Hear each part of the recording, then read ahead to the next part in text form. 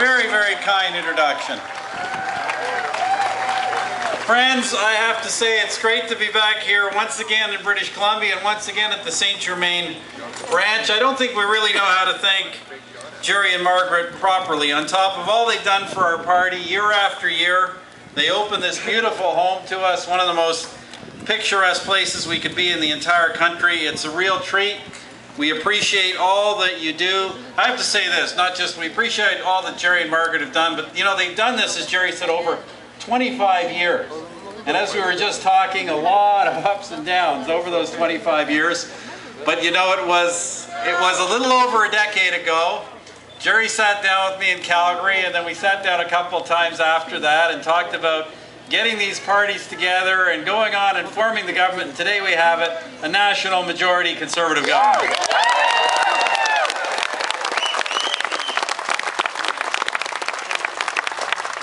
And Jerry and Margaret have played a big role in that. Friends, much has transpired since I've been here, since I was here last 12 months ago. We've made tremendous progress together as a party and as a government. I do have to say it would be appropriate for me to say that our hearts are a little heavier these days. Hier, comme vous le savez, j'ai assisté au funérailles d'État de Jack Layton. C'était un homme de principe fort qui a gagné le respect et l'affection des Canadiens et Canadiennes d'un bout à l'autre de notre pays. Yesterday, as you know, I attended the state funeral for Jack Layton. He was a man of strong principles who earned the respect and admiration of Canadians across the country. And the fact that we can all share in that, regardless of our partisan differences, is a testament not only to his extraordinary career, but also to the strength of the democratic traditions that we have built in this country.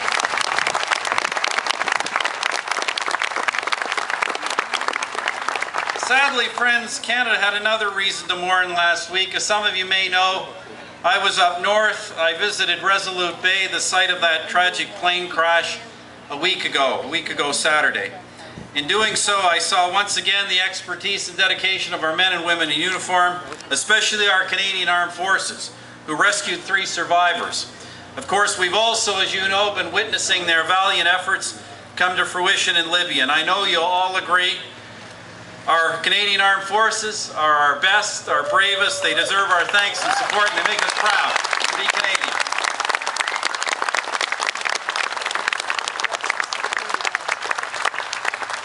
Friends, all these things remind us of the fragility of life and the importance of family and friends, but we're also reminded of the many blessings we enjoy as Canadians to be part of a peaceful, prosperous country that in these fragile world, global economic times, this country is increasingly the envy of the world. We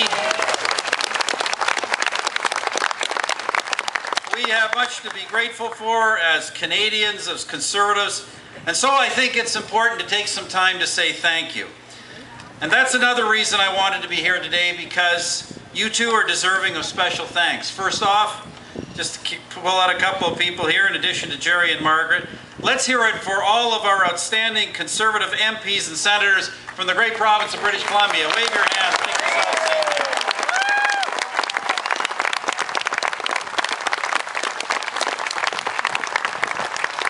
They're doing stellar work representing you and their constituents, BC as a whole, and they're a crucial part of our team in Ottawa. But there's another group I want to acknowledge as well, and ultimately they deserve the longest, loudest round of applause of all. They're dedicated citizens. I could single out a couple, but friends, you're all the dedicated citizens who canvass your neighbors, set up lawn signs, get out the vote. You are the reason, all of you are the reason we won the strong, stable, national majority Conservative government on May the 2nd.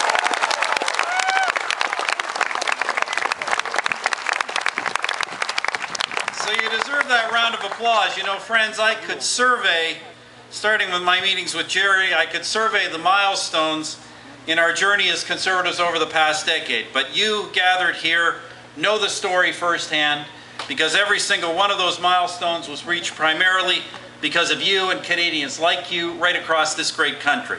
For that, friends, you have my heartfelt thanks, and I know the heartfelt thanks of every one of our candidates and caucus members. Vous n'avez pas seulement permis la victoire de notre Parti conservateur, vous avez donné à notre pays un espoir et une confiance renouvelée. You have not only made our Conservative Party victorious, you've given our country new hope and confidence, a government honoring its past and making responsible choices for our future together.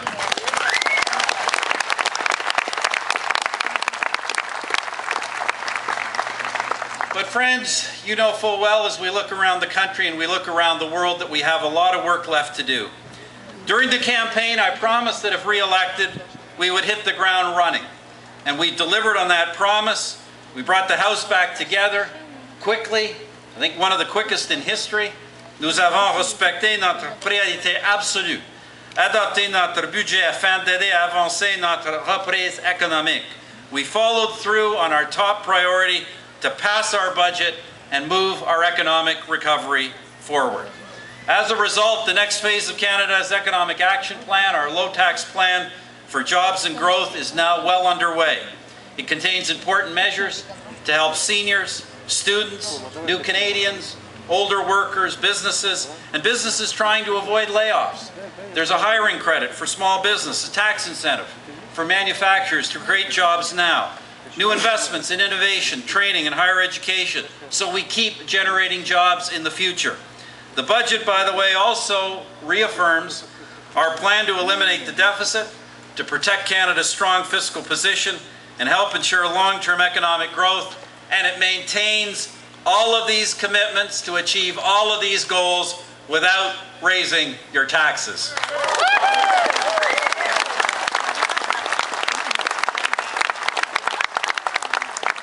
Now, friends, because of the events of the last few days, I'm not going to talk about the other parties in Parliament just now. Let me just remind you of one thing, that our party, and only our party, is the one that will control spending, keep investing in priorities while keeping taxes down in this country.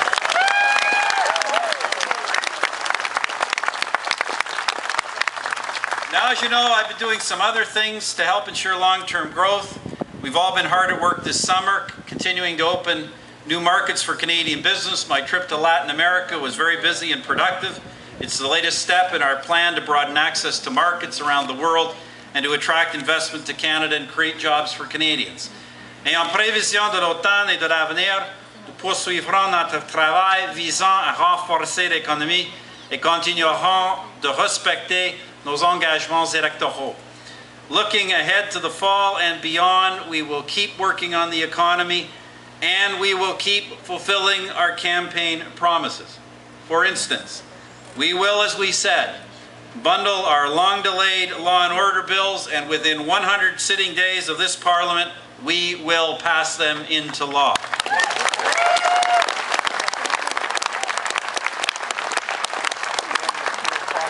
For those who abuse our generosity and undermine the confidence and fairness of our immigration and refugee systems, we will pass legislation to crack down on human smuggling.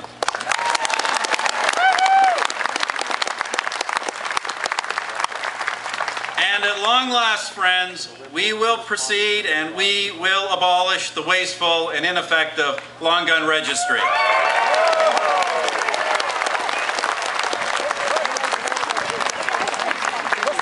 We will also end the per-vote taxpayer subsidy of political parties.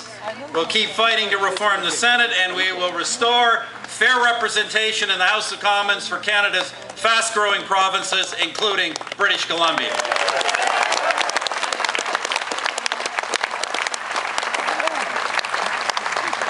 Mes amis, pour conclure, souvenons-nous toujours de la noble cause envers laquelle notre parti est dévoué. Préserver et promouvoir notre grand pays en cette période de changements mondiaux extraordinaires.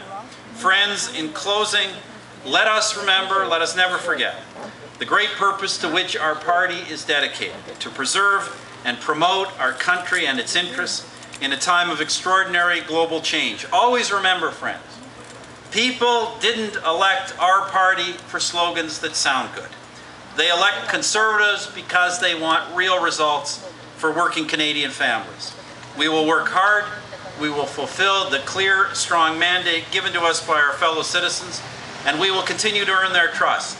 If we are faithful in these things, I'm confident that our party's best days, and above all, our country's best days, still lie ahead. So friends, thank you once again for everything you've done to take us this far. Merci beaucoup. God bless Canada.